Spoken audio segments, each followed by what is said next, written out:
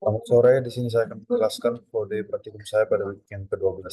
Yang pertama itu pada latihan 1.c, di mana terdapat poin, di mana pada pointer sapa. Jadi dia menjadi pengenalan paling dasar dari function pointer, yang dimana konsep utamanya itu dua fungsi, ada sapa pagi dan juga sapa malam, yang akan didefinisikan dan keduanya itu bertipe void tanpa adanya parameter. Nah, kemudian ada eh, pada fungsi main ini, integer main, dia itu mendeklarasikan sebuah pointer ke fungsi bernama pointer sapa. Tipenya itu void pointer. Yang artinya itu pointernya itu akan menunjuk ke fungsi yang tidak mengembalikan nilai, terus dia itu gak akan menerima parameter. Yang kemudian pointernya itu akan diarahkan ke sapa pagi, dan kemudian dia akan dipanggil dengan pointer sapa. Kemudian pointer di present ke sapa malam itu, kemudian dia akan dipanggil lagi. Dan kemudian pada latihan yang kedua ini, pada latihan yang kedua ini selangkah lebih maju dari latihan yang pertama karena eh, dia menggunakan function pointer itu sebagai argumen fungsi. Jadi ada fungsi add dan subtract, yang dimana akan melakukan operasi aritmatika sederhana pada suatu integer. Dan kemudian fungsi execute-nya itu akan menerima dua nilai dan sebuah pointer function, di mana ia itu nggak peduli sama operasi yang dilakukannya. Jadi dia itu hanya akan mendelegasikan komputasi ke fungsi yang dia coba. Kemudian di fungsi mainnya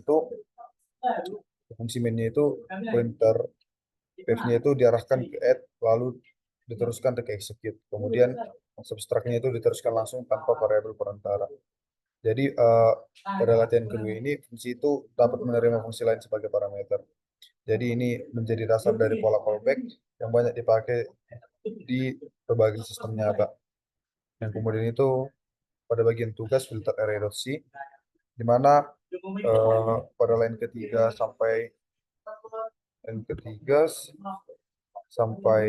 line kelima, dia itu menjadi implementasi konsep higher order function, yang dimana fungsi yang menerima fungsi lain.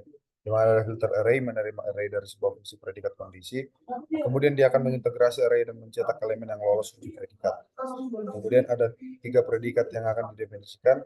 Yang pertama ada isi genap, isi ganjil, dan juga isi positif. Nah, yang dimana semuanya itu bertipe integer sehingga kompatibel dengan parameter pointer. Kemudian array negatif 5 pada line kedua ini, negatif 5, 2, min 3, 8, 9, 0, dan 12 itu sengaja berisi nilai negatif 0, genap, dan juga ganjil supaya semua predikatnya itu teruji dia. Kemudian di fungsi mainnya itu dan juga filter array-nya dipanggil 3 kali dengan predikat yang berbeda-beda, tetapi logika perulangan tidak perlu ditulis ulang sama sekali.